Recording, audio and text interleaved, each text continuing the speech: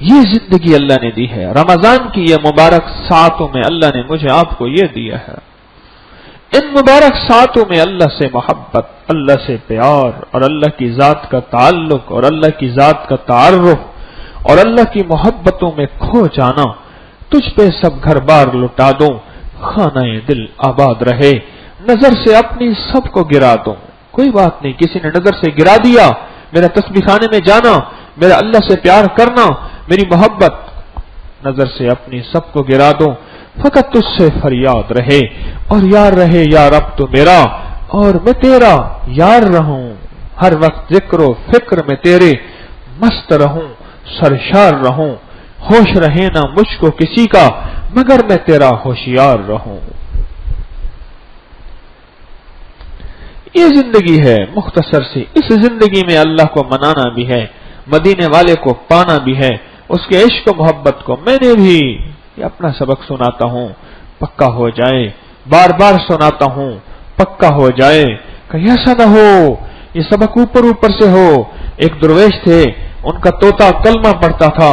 بلی آئی اور کلمہ نہ پڑھا، ٹائیں ٹائیں کرتا، اور بیچارہ بلی اس کو اٹھا کے لے گئی.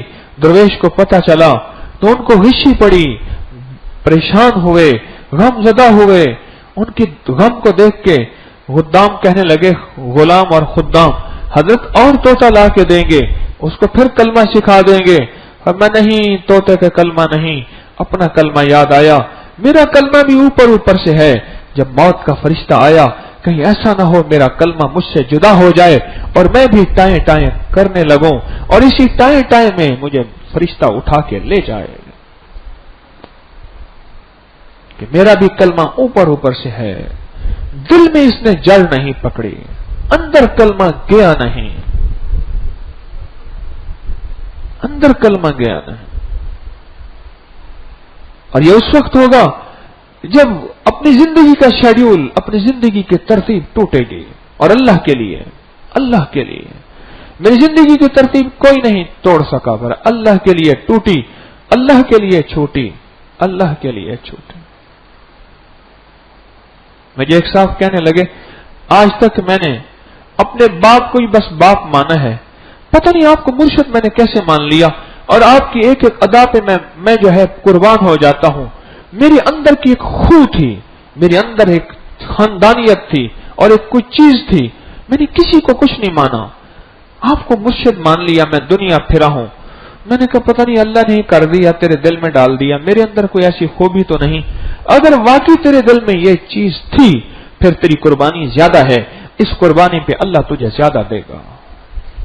اگر یہ چیز واقعی تھی کہ تو نے آج تک کسی کو خاطر میں نہیں لایا، آج تک کسی کو تو نے دوسرے لفظوں میں گھاس ہی نہیں ڈالا، اگر تو نے اللہ کی خاطر مجھ سے پیار کیا، کہ اس تاریخ سے پیار اس لیے کیا کہ اللہ مل جائے گا، اللہ کا قرب مل جائے گا، اللہ کی محبت مل جائے گی، تو اس میں بھی تجھے اللہ پاک وہ دے گا تو کبھی سوچ نہیں سکتا. کیوں؟ تو نے یہ اللہ کے لیے کیا ہے. یہ زندگی اللہ نے مجھے آپ کو دی ہے. اس زندگی میں تھوڑا سا موقع ہے. جمعے کی مبارک ساعتیں ہیں، شب جمعہ گزار بیٹھے ہیں، اور دل کی دنیا بدل جائے، من کی دنیا بدل جائے، اور یہاں آنے والوں کے جتنے کاروبار کے، رزق کے، زندگی کی کامیابیوں کے مسائل حل ہوتے ہیں، وہ آپ پوچھیں نا. یہاں تسبیح خانے میں آنے والوں کے جتنے مسائل میں نے حل ہوتے دیکھے ہیں، اور وہ مسائل جس میں دیواروں سے سر ٹکرا کے بندے کا سر پھٹ جاتا تھا، اور بندے کے بے بس ہے اور کہتا ہے موت کے علاوہ میرا اس کا کوئی حل نہیں. اللہ غیب کے خزانوں سے تسبیح خانے میں قیام کرنے والوں کے وہ مسائل حل کرتا ہے، اور اللہ غیب کے خزانوں سے حل کرتا ہے. طارق کہاں حل کر سکتا ہے؟ طارق تو خود محتاج ہے. اللہ حل کرتا ہے. میں نے آنکھوں سے دیکھا ہے، ایک نہیں، دو نہیں، 100 نہیں، ہزاروں نہیں، لاکھوں، میں نے آنکھوں سے دیکھا ہے. اللہ غیب سے حل کرتا ہے. رزق کا مسئلہ ہے، یا رشتوں کا مسئلہ ہے، یا صحت کا مسئلہ ہے، یا تعلیمی کامیابی کا مسئلہ ہے، دل کی مرادیں پوری ہونے کا، یا گھریلو الجھنوں کا، یا کوئی مقدمات، یا کوئی ناکامیاں، یا زندگی کی پریشانیاں، کوئی بھی ہو، اللہ غیب سے حل کرتا ہے. اللہ مجھے آپ کو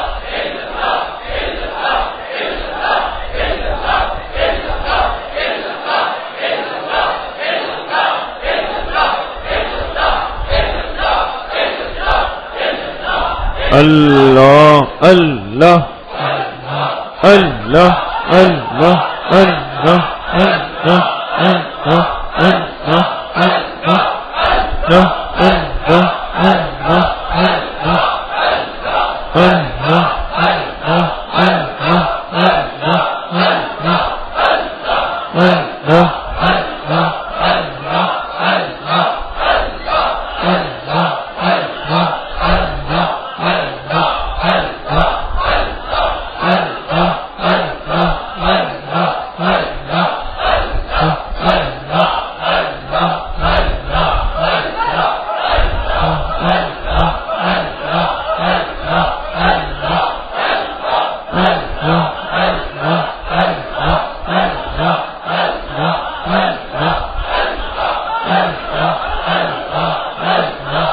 اللہ اللہ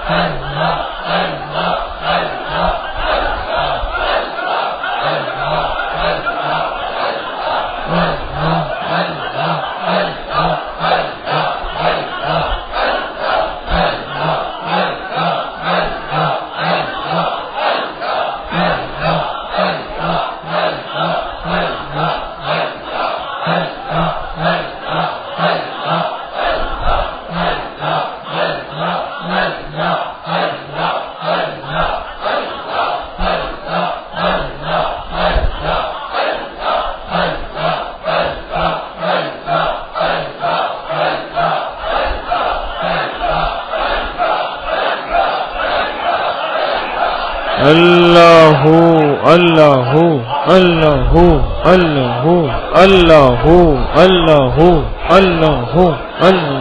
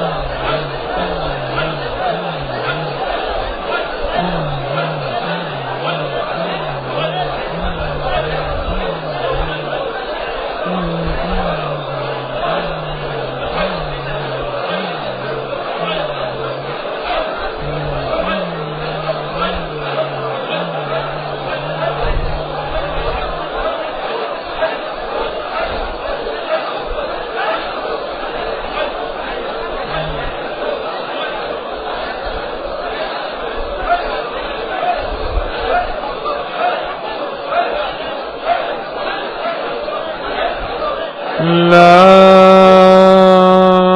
الہ الا اللہ محمد رسول اللہ یا اول الاولین یا آخر الاخرین یا ذا القوة المتین یا راحم المساکین یا ارحم الراحمین یا اکرم الاکرمین یا اجود الاجودین یا ذا الجلال والاکرام یا ذا الجلال والاکرام نستغفرک ونتوب الیک وصلی اللہ علی النبی الکریم وعلى آلہ وصحبہ وأہل بیتہ وعطرتہ اجمعین آمین برحمتک یا انشاءاللہ آج